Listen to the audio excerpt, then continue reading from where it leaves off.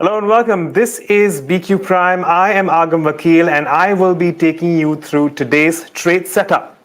Well, for now, we've seen a little bit of a rebound as far as the markets abroad are concerned, US markets specifically, where after yesterday's cuts, we're looking at just a small bout of covering of shorts. So the Dow Jones, S&P 500 and the Nasdaq all ending in the greens. And in fact, Nasdaq is up around 1.4%. That's the biggest of the three index gainers coming through. The Dow Jones also advancing by around 0.5%, a little less than 0.5%. What about the other factors as far as the US markets are concerned? And of course, we are watching out for the yields, which have now tempered down to around 4.72 after it moving well above the mark of 4.8 yesterday. And that's possibly also the reason why we are also seeing a little bit of, easing of that bearish sentiment as far as the US markets are concerned. As far as the VIX is concerned, on an expected basis, that was down around 0.8%, and the dollar index also, well, marginally largely flattish, if you can call it, is at about 106.35. Also watching out for crude, by the way, because crude has also now moved well below the mark of $90 a barrel, and that, of course, is the other key monitorable in today's day of trade. Where does that lead us in our own markets? As far as the GIFT Nifty futures are concerned, they are currently indicating an opening of somewhere around 19,500, and that is potentially the pivot point for today's expiry. And speaking of expiry, it is the weekly options expiry for the Nifty. So what levels are we watching out for? Well, before that, to set into context, yesterday the Nifty did close at the lowest levels in a month, and we are also keeping an eye on the 19,500 mark, which I just spoke about, and we have seen some amount of more fresh shorts building into the system. The question is whether or not we see about a short covering today's day of trade, following and taking cues from the global markets. But that said, in terms of what we are seeing is that the Nifty futures have seen about 3.3% increase in OI towards shorts, and the Bank Nifty futures have seen a substantial 30% increase in OI. That said, we really didn't see too much traction in the Bank Nifty in the previous few sessions, at least as far as the futures are concerned, because all the activity was around the options side, given the Bank Nifty expiry. That said, what are we watching out for in terms of levels for today's options expiry? It's a 200-point range, a 19,600 call having maximum open interest, and max OI with the 19,400 put. And that's around the reason why we've seen a lot more writing coming through as well. We shift to the next week Bank Nifty expiry. That's the 11th of October expiry, and that's where we're watching out for the 44,000 mark. In fact, that's where we're seeing in calls and puts with the max OI, as well as the substantial amount of traction being added there as well.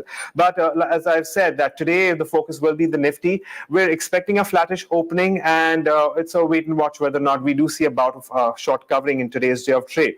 But with that, let's shift focus to some of those stocks going in. Now, right at the top, we have Hindustan Aeronautics.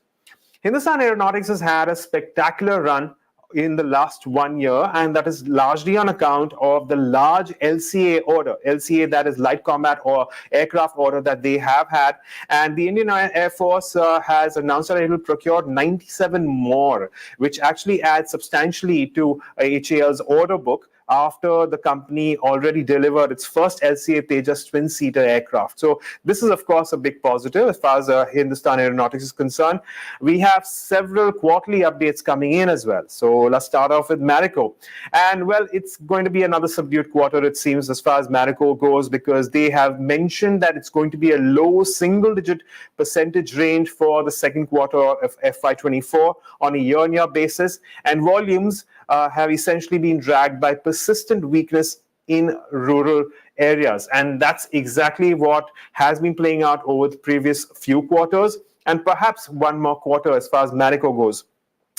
Then we have a bunch of updates from banks as far as quarterly updates go. I'll start off with Punjab National Bank. A 2.6% increase year on year in its CASA.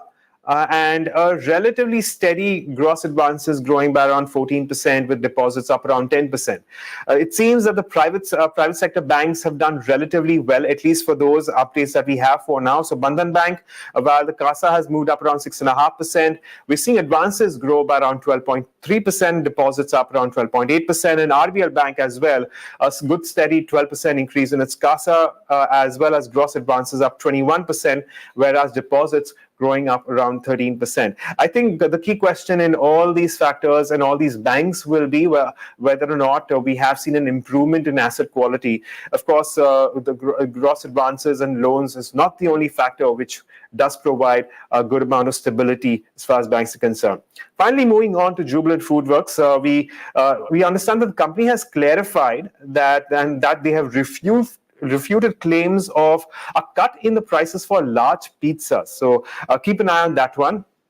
We also have Strides Pharma. First, finally, some good news. This stock has been under pressure for the longest time ever. And the company has received a US FDA approval for 3 drugs. And these 3 drugs are used to treat HIV. And the names of those drugs are right in front of you on your screen. And finally, we have Access Case Technologies. This is an engineering company where the company has appointed ex-Wipro CEO Abdulali Nimuchwala as the chairman. So perhaps some sentimental, positive as far as Access Case Tech is concerned. That's what we have in terms of stocks to watch. We do conclude the show, but before that, let me also very quickly take you through all that we have lined up for in today's day of trade in BQ Prime. We start off with Talking Point, where we have Ganeshram Jayaram, who is the MD and head of institutional equities at Spark Capital Advisors. That's going to be a very, very important market chat going on at around 10. And around 10:30, we speak with Nagaraj Shetty, who will take you through possibly today's expiry as well. He's a senior technical analyst at HDFC Securities.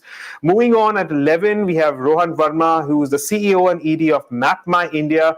This has been one of the big momentum counters this year. So it's going to be an interesting conversation there. And in Ask BQ, we have Avinash Korakshakar of Profit Mart and Amit Bhuktani of Nirmal Bang joining us, and we're solving some of our viewer queries. So it's a packed lineup, and there is lots and lots to watch for on BQ Prime. So stay tuned, and we will keep bringing you more.